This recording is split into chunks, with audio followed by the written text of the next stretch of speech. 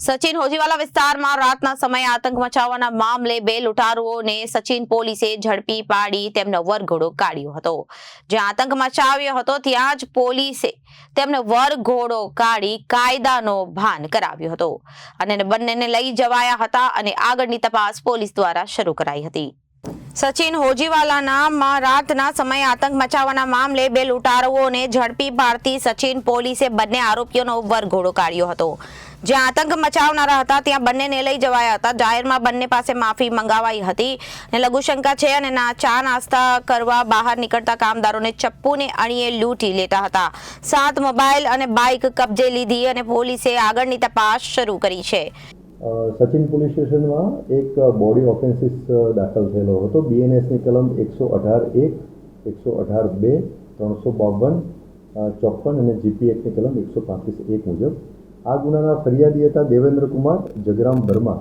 આ ગુનાની ટૂંક હકીકત એવી છે કે આ જે ગુનાના ફરિયાદી જે છે એ એક જગ્યાએ યુરિન કરવા માટે ઊભા હતા તો એક મોટરસાઇકલ ઉપર બે ઈસમ આવ્યા અને એમને ગમે તેમ ગાળો બોલી અને એમની પાસે ઝપાઝપી કરી અને એમની આરોપી પાસે રહેલ છરીથી એમની ઉપર હુમલો કરી અને ફરિયાદીને ઈજા કરી, જે સંબંધે ગુનો દાખલ થયેલો હતો। આ ગુનો અનડિટેક હતો અને ગુનાની તપાસ સ્થાનિક પોલીસ દ્વારા ચાલી રહી હતી।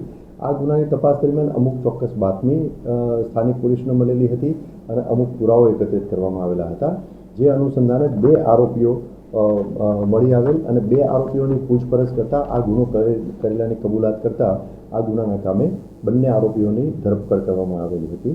આ બંને આરોપીમાંથી એક આરોપીનું નામ છે રવિ કિશનલાલ તિવારી, રહે ગિલકડી ગામ, તાલુકો જલાલપુર, જિલ્લો નવસારી, અને બીજા આરોપીનું નામ છે દુર્ગેશ રાજકુમાર સિંઘ, રહે પાલી ગામ, હનુમાન ચોક, સચિન જીઆઈડીસી, સુરત। આ બંને આરોપીઓની વધુ પૂછપરછ કરતા તેમજ ગુનાની તપાસ કરતા આ બંને આરોપીઓએ બીજો એક ગુનો કરેલાની કબૂલાત કરેલી હતી અને આ બંનેની આરોપીની સાથે એક ત્રીજો આરોપી સુમંત, કે જેનું પૂરું નામ સરનામું મળી આવેલું નથી, તેનું પણ ઇન્વોલ્વમેન્ટ જણાઈ આવેલું હતું। એટલે તપાસ આગળ વધારતા અને ફરિયાદીનો સંપર્ક કરતા એક ફરિયાદી બીજા જે છે એમને પણ સચિન પોલીસ સ્ટેશનમાં એક લૂંટની ફરિયાદ દાખલ કરાવેલી હતી।